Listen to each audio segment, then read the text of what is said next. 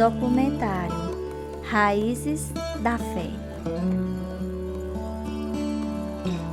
Olá a todos, sou o pastor René Torres, estamos aqui aos pés da Serra Barriguda, a primeira maravilha do Rio Grande do Norte, e estamos fazendo a abertura do documentário Raízes da Fé, a história do povo evangélico da cidade de Alexandria.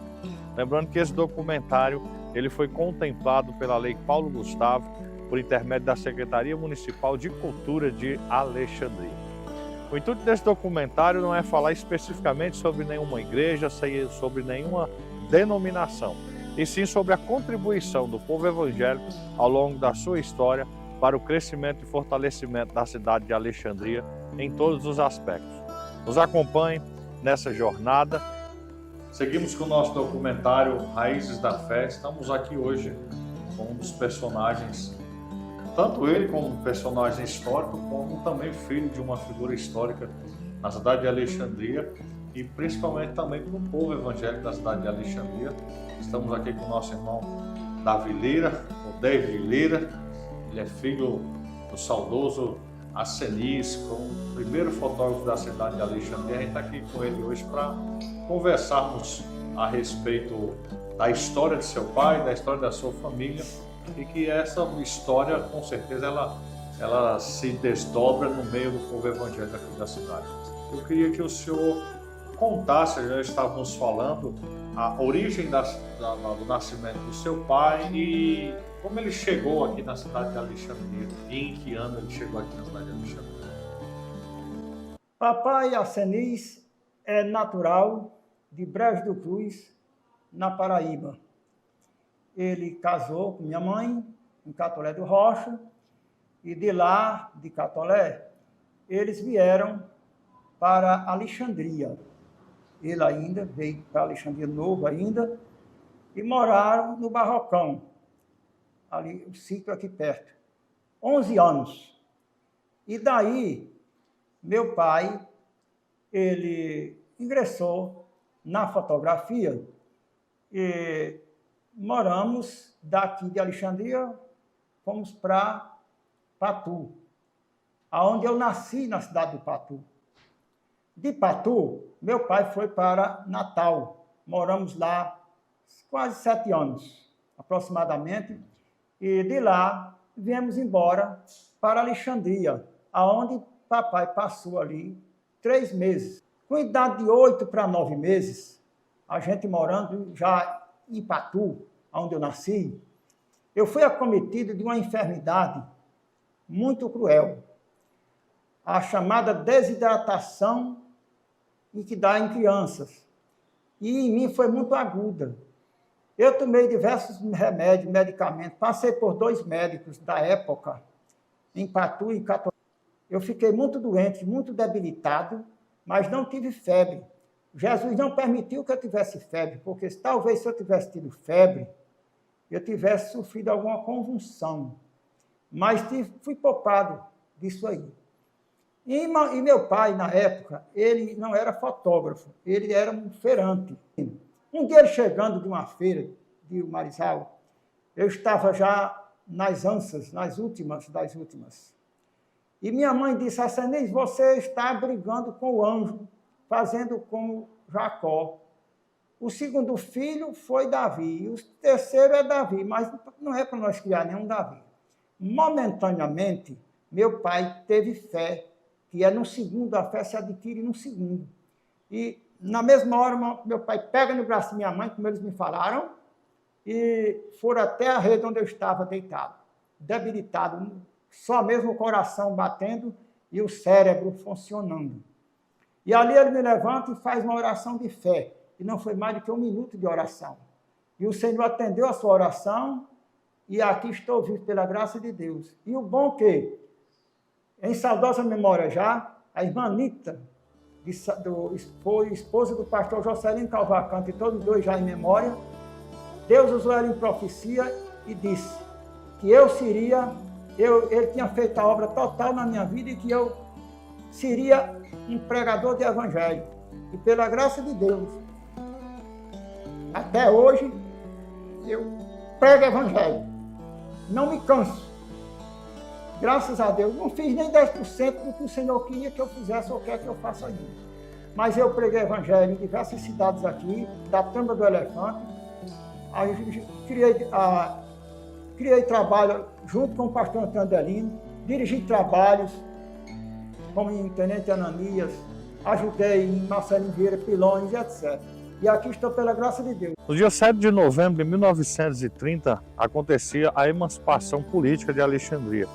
Uma década depois, os primeiros missionários presbiterianos chegaram no Brasil, vindos dos Estados Unidos. Estamos aqui na Igreja Presbiteriana de Alexandria, aqui hoje onde é a sede, onde está alocada a Igreja Presbiteriana, que é a igreja mais antiga da cidade, como nós estamos acompanhando nesse documentário. E eu estou aqui hoje com um pastor que hoje está na frente desse trabalho, dessa igreja aqui na cidade de Alexandria, pastor Paulo Andrade, pastor da Igreja Presbiteriana do Brasil, aqui na cidade de Alexandria. E quero que saiba que é uma alegria recebê-lo. Primeiramente, eu queria agradecer por esse momento especial, onde se registra um pouco da história da nossa igreja e também da importância dos evangélicos aqui na cidade de Alexandria. A história da Igreja Presbiteriana em Alexandria, ela está muito ligada à história da Igreja Presbiteriana na Paraíba. Os missionários americanos vieram para essa região na década de 40 e iniciaram um trabalho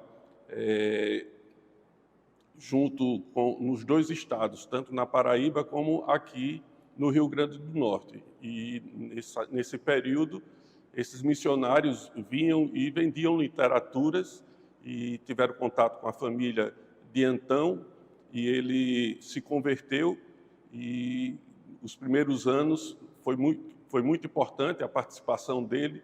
Ele doou esse terreno que hoje é a igreja, assim como também todo o material para a construção, e também contribuiu com a mão de obra.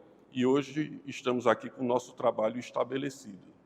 Segundo o censo de 2010, aproximadamente 10% da população de Alexandria já era evangélica. A estimativa aqui hoje é que aproximadamente 20% das pessoas dessa cidade sejam protestantes evangélicos.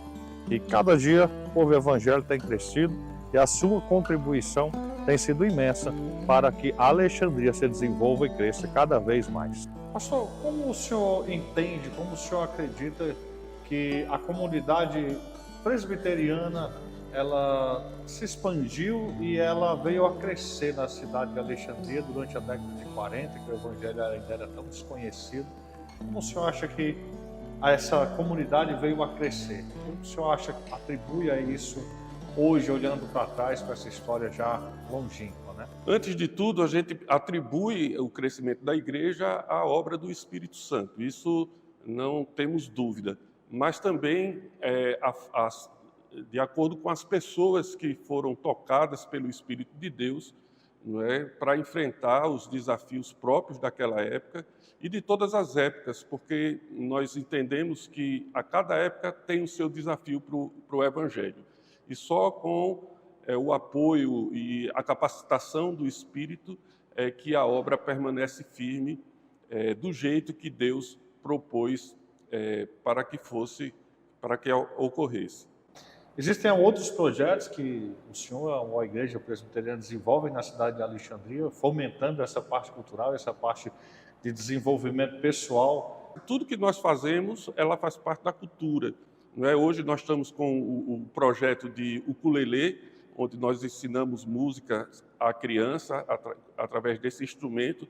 Temos também distribuição de feiras de cestas básicas e temos expandido o nosso trabalho para outras cidades, como Tenente Ananias, Marcelino Vieira, Bom Sucesso. E nós precisamos, como cristãos, influenciar justamente na cultura, no modo como nós devemos fazer as coisas de tal forma que agrade a Deus. Nessas fotografias, como o senhor falou, o senhor auxiliava seu pai nesses trabalhos fotográficos. Para a história da cidade de Alexandria, enquanto cidade, qual o senhor acha que foi o momento mais marcante que que o seu pai fotografou, que hoje o senhor lembra de dizer que esse momento foi um momento muito importante na história da cidade de Alexandria? Tem algum específico que o senhor lembre? Que o senhor, eu sei que acompanhou muitas reviravoltas no meio da cidade, de 67 para cá. Qual o senhor acha que é assim o mais, no meio, pode ser político, social, de desenvolvimento? Me lembro de vários, mas vou citar pelo menos um. No ano de 1970, eu tinha 15 anos de idade. E meu pai, como fotógrafo, ele foi chamado para fotografar o pessoal da emergência. O pessoal que trabalhava, os trabalhadores da emergência de 1970, na seca de 70. E eu até trabalhei também, no ano de 1970. Papai fotografou todos os operários naquele tempo, chamavam caçaco, e fotografou as barracas do pessoal que trabalhava, fotografou o açude de pulgas aqui em Alexandria, quando estava recomeçando, porque ele foi começado em 1958. Eu morava em Natal. E aí, papai fotografou o serviço do açude de pulgas ainda sendo recomeçado. Era muita gente, era toda a vida era batendo foto do pessoal para fazer as fichas para colocar no fichário da emergência. E cada operário tinha uma carteirinha pequena e tinha foto 3x4. Isso eu viciei tudo isso aí.